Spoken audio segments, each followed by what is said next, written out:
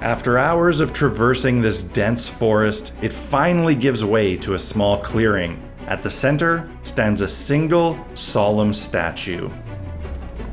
Suddenly, without warning, the sound of horses pounding earth disturbs the silence as dark figures on horseback, bows drawn, erupt from within the trees. You take position as best you can, ready to fight to the death if required. These trees provide some much needed cover as you attempt to gain at least a shred of advantage while caught so completely off guard.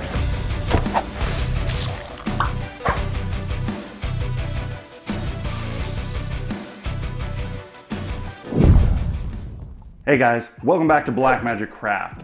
Last week I took some cheap holiday Christmas village pine trees and I flocked them and made them look a whole heck of a lot better. But then I had to put them back on some bases, so that's what I'm doing in this episode. And I chose not to put them back on their individual plastic, cheap, crappy bases, but instead I chose to group them on larger bases so they'd be a little bit easier to move around and play with and faster to place on the table. This also meant that I was able to make those bases a lot more scenic looking and interesting. I decided to not cheap out here or take the easy or lazy route, and I did the right thing and put them on MDF bases, which is a fair bit of extra prep work, but totally worth it in the end. I think they turned out pretty awesome. I'm happy with the build, so let's take a look at how I did it.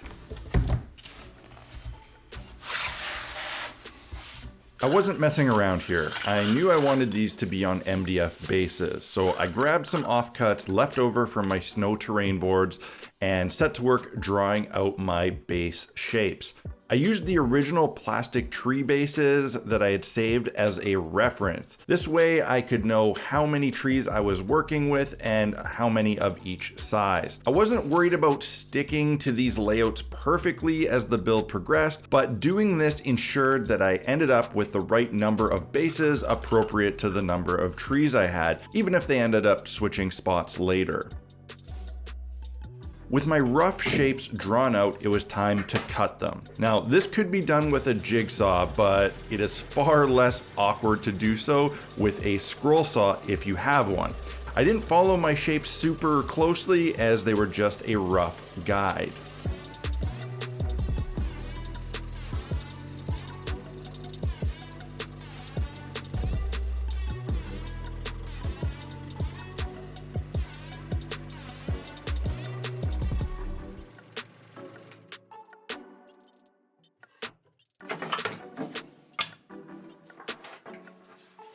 I then needed to bevel all the edges, and for this I used a small orbital hand sander. And this was not the ideal tool for this. I was very much wishing that I had a benchtop disc or belt sander instead, but hey, it got the job done, even if it was a very messy job.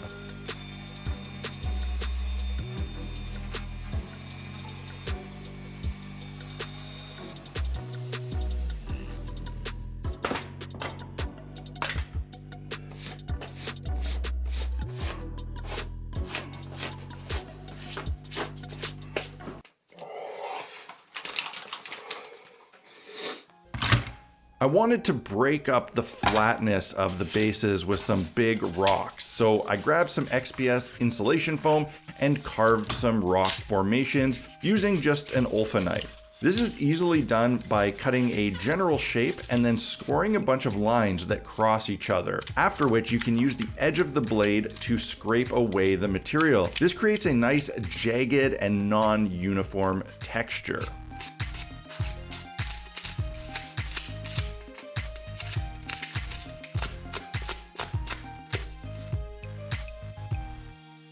After hot gluing the foam to the bases, I cut in some flat areas on the stones by making a horizontal cut and a vertical cut and then breaking away the material. This creates some nice little plateaus in the stone.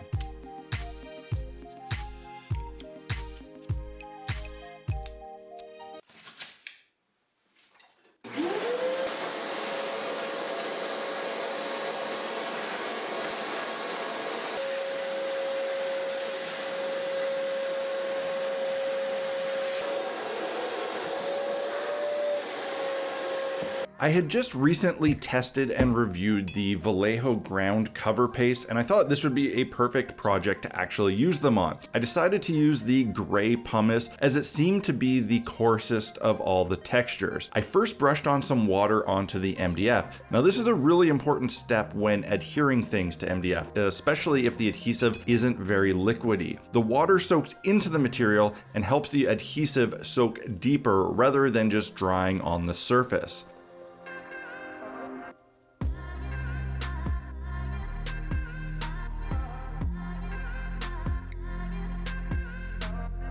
After applying the paste, I placed some larger gravel at the bases of the foam rocks to help ease the transition from ground to large stone.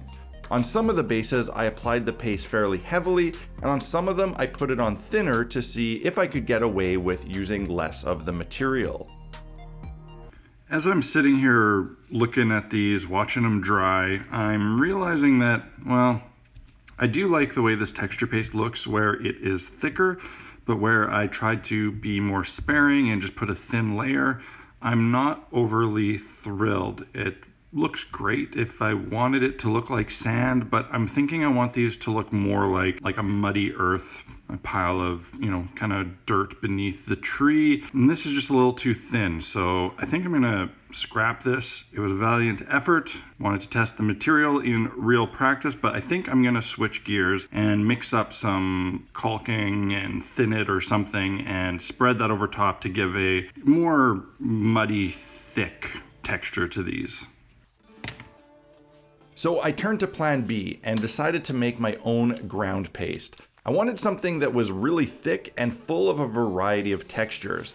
I started with white acrylic caulking. Now the caulking on its own is far too thick to work with, so I diluted it with some water. Then I added in some sand that had a mix of fine and medium aggregate. To add a bit more earthy texture, I added in some tea grounds. Now this is just the inside of unused tea bags. These dried herbs are great for simulating forest debris like twigs and leaves mixed into mud.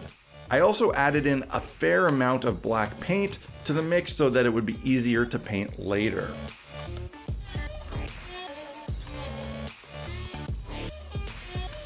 And at the last minute, I remembered my pencil sharpener and decided to mix in a bunch of pencil shavings. I thought this might give it even more of an organic debris look, but it is the one item I regretted adding later. The shavings from my particular sharpener are long strands and they are curly, and they ended up sticking out and looking kind of weird and big and out of place as the project progressed, so I would probably leave those out next time.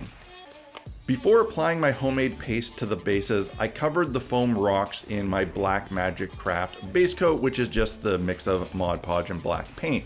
Then to apply the paste, I just used a large craft paintbrush and spread it on. I was actually really happy with how easily and well it applied and spread.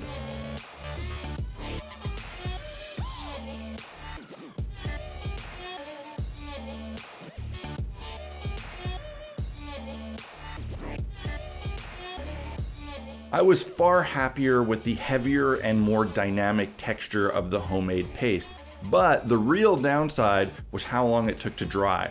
The Vallejo paste dried in like 20 to 30 minutes, which is incredible. My homemade paste took hours and hours and hours. I actually ended up having to leave them overnight by a heater before I could move on to painting them. Once they were dry though, I was really happy with the results, especially how hard they became. The texture was really well bonded and all of the aggregate was really locked in. Before painting them, I cleaned up any excess texture that got on the underside of the bases so that they would sit nice and flat on the table. It was then time to paint, and I started by first painting out the large rocks. Just for fun, I decided to use the opportunity to practice a bit more with my new airbrush. This absolutely wasn't necessary, but I wanted to test something with it. With my first cheap airbrush, I had a lot of problems. It got clogged all the time. You put water in it and it clogged. Since getting my Iwata one, I've been having a lot more success, very little problems with clogging. So I wanted to test it with craft paint, which is notoriously thick and chunky with large pigments, and I wanted to see if I could get away with it if the new airbrush could handle it. So I watered down some craft paint, and to my pleasant surprise, it did seem to work. Not nearly as well as it worked with model paint, but it did get the job done.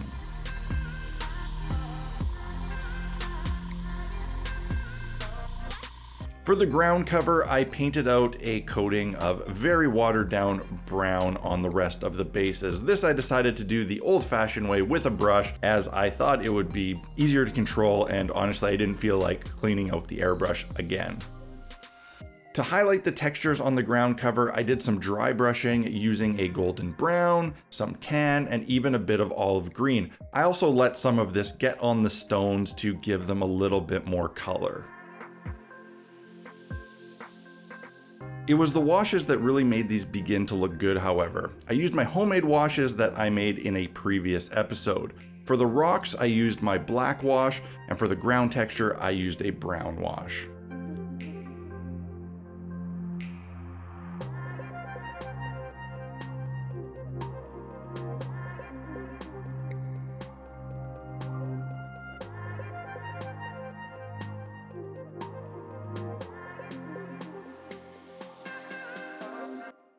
Once the washes were dry, I could move on to the long-awaited step of attaching the trees. Using a rotary tool and very small drill bits to match the size of the wire on the trees, I drilled in some holes right into the MDF. Then it was a simple matter of putting some PVA glue on the wire and placing the trees in their holes. The most important thing here is to not drill a hole that is too big or the tree will just want to fall over before the glue dries.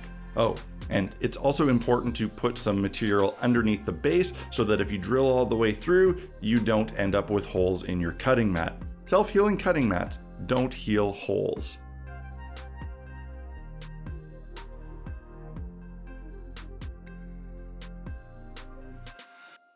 The last bit of detail I decided to add was a variety of static brass tufts just to break up the bases a little bit more. I considered adding some flocking, but I really liked the look of the brown bases against the trees. There was a nice juxtaposition and contrast of color there, and I wanted to avoid them looking too similar. Overall, I'm really happy with how these look. They are the right balance of realistic versus durable and playable. I'm not going to be too worried about them getting damaged, but they still look believable. If you want to pick up any tools or supplies for this build, head over to blackmagicraft.ca, where I have my essential equipment store with links to all of the things I use and recommend. You can also check the video description below for links to items specific to this build that might not be up on the website. Purchasing through those affiliate links helps fund these videos. Another way you can help fund future videos, the best way in fact, is by supporting Blackmagic Craft on Patreon. The support from viewers there is the reason this channel continues to exist and grow, and what allow me to dedicate my full efforts into these videos and this community. I'd love to have you as the newest member of the Blackmagic Craft Fellowship. There you have it, guys. Some really cheap holiday Christmas trees now completely transformed and placed on much better bases. This is a great option as it still keeps these trees really affordable if you're willing to put in the extra work, but I think it's worth it. I hope you guys found this video informative, entertaining, and most of all, inspiring. If you did, hit that like button and let me know in the comments section below. I will see you guys again next week. Cheers, happy crafting.